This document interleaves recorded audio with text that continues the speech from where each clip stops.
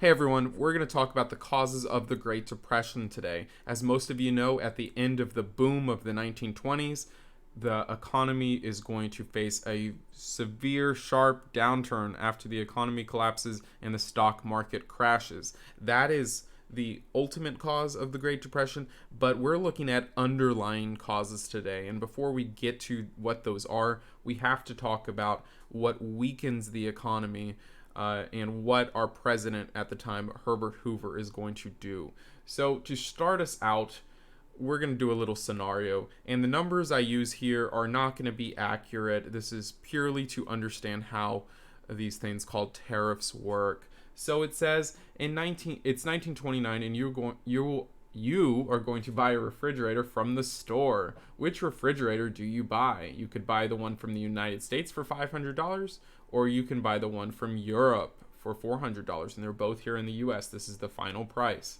So being a rational consumer, you would probably buy the European refrigerator. It's $100 less. So the businesses in the US, the companies in the US that are making these refrigerators and selling them, they're gonna lose a lot of money because of this, because more people are buying the cheaper refrigerators. So they're going to start to do worse. So our president, his name is going to be Herbert Hoover, is going to try to change this and try to make things better for our U.S. companies. So what he's going to do is create or issue tariffs to help grow the U.S. economy. All a tariff is, if you don't know, is a tax on trade or a tax on imports from other countries, goods that are being sold to the U.S.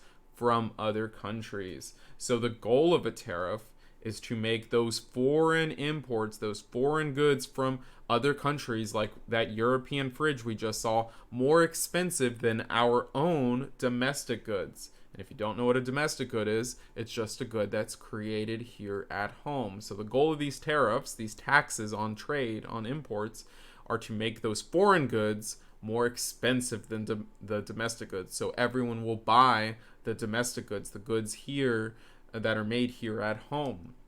So President Hoover is going to sign a law that's going to create what we call the SmootHawley Tariff, which is going to raise the price of foreign goods, foreign imports by 40%. So let's look back at that fridge. That European fridge before the SmootHawley Tariff is going to be $400.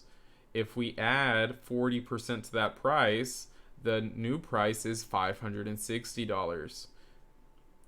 So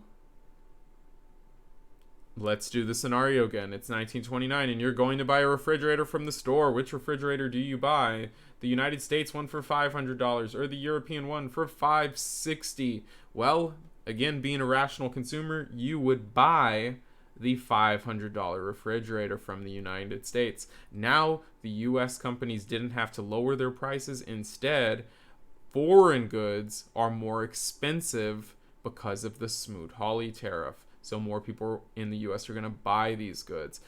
So you might think, hey, this is good for the economy. More people are going to buy goods from the US. Well, imagine that you're a European country and President Hoover just slapped the SmootHawley Tariff on you and increased your prices by your country's goods prices by 40%. What are you going to do? Are you just going to let that go? No, you're going to do the same thing. So other countries that are selling goods to the US are now going to say, okay, we're going to put our tariffs on your goods, on the US goods. So any goods that you sell to Europe are going to be more expensive. So these aren't necessarily all the products that are created in the 20s, but these are American goods for the most part. So now what's going to happen to the prices of the US goods? They're overseas in other countries that the US sells products to, those are going to get more expensive. So there's really kind of this trade war going on between countries, and the result is going to be no countries are really doing better off. Less people are trading, less companies are making money. So the effect was supposed to raise the economy, but instead it's going to cause the economy to go way down. So another cause of the Great Depression, which is going to make the economy weak, is that a lot of companies, as you see in this picture right here, are really going to overproduce their goods during the 20s. It seemed like the economy was going to go on forever during the 20s, and these people just kept creating cars, radios, all sorts of things that people might want to buy. So as this economic downturn started, people stopped buying a lot of products, but companies kept creating them. So businesses had an overproduction. All these Model Ts sitting in this factory right here. So because of that, anytime we have too much of something, the price of those goods go down. So all over the country, all these businesses have overproduction, have overproduced their goods. Their prices are going to start to fall. Because of this, because they have so much inventory all around the country, they have to start cutting production. All the people making the goods, the companies are gonna say, we need you to stop making goods. We have too many, people aren't buying them. Our warehouses are full. So now they're gonna lay off workers, and a lot of workers are gonna lose jobs because they don't need them if no one's buying their goods and they have so many of them. So a lot of workers are going to lose their jobs, which is going to make things really bad because all over the country there's going to start to be higher unemployment. Another cause of the Great Depression is something called speculation, which has been going on for a long time and still goes on today. This is when you buy something at a low price and because you hope to sell it for a higher price and make a profit later on. A lot of people do this with really scarce, rare shoes that they find. But what's going to be rare, not what's going to be rare, excuse me. What's going to be speculated on, what's going to be bought at a low price and tried to be sold at a high price are going to be stocks. So if we look through the 1920s, people keep buying stocks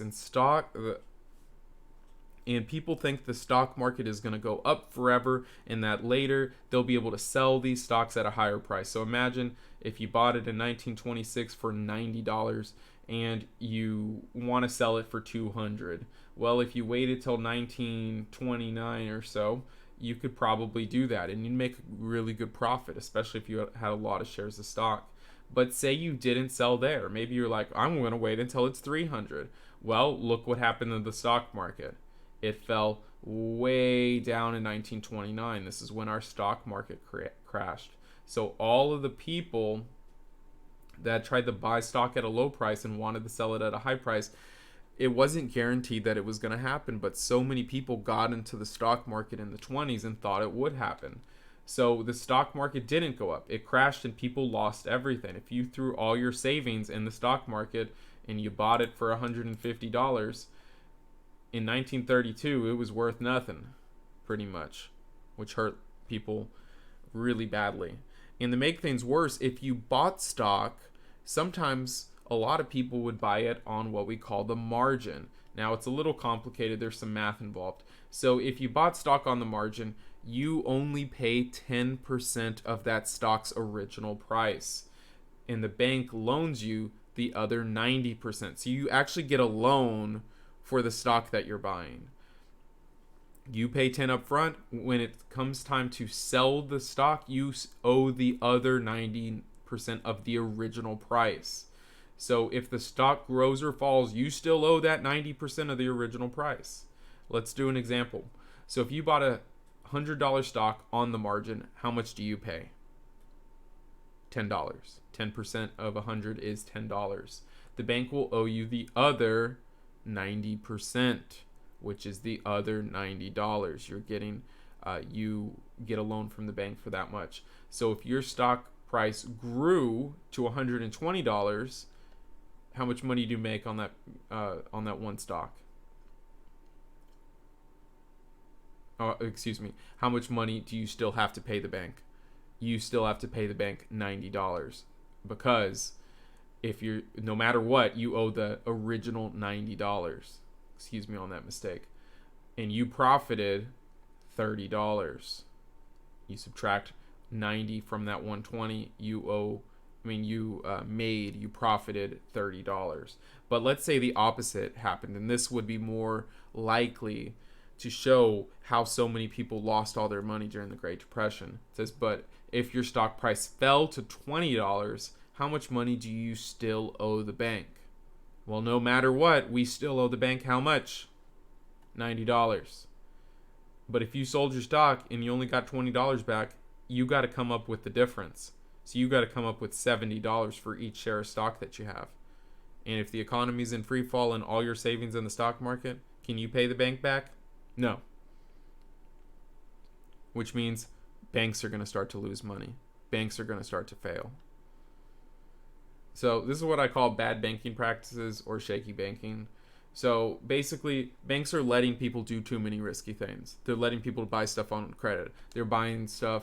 They're buying stocks on the margin, and their depositors, the people that put the money in the bank, are investing that money in risky businesses, or giving it to people that won't be able to pay them back, or giving people too high credit limits. So when the economy starts to tank, like we saw with buying on the margin, people couldn't afford to pay the bank back. So what they did was take too much risk, and when the economy collapsed, everybody lost their money, and then the banks, they couldn't pay the banks back. And if nobody can pay the banks back, then banks start to fail, and we'll see that next time on the effects. So if these banks fail back then, there was no insurance, there was no FDIC, which means they lost everyone's money. So if you had $100,000 in the bank, that was your savings, gone if that bank failed. And we'll get to that next time. So this is a little shortcut to remember some of the underlying causes of the Great Depression. We have T for tariffs, O for overproduction of goods, M, buying on the margin, B, bad banking practices, S, speculation in the stock market. I hope that helps remember these underlying causes for the Great Depression. Remember, the main cause, the triggering cause, is the stock market crash. These are what weaken the economy. Make sure you understand them. Thanks, guys.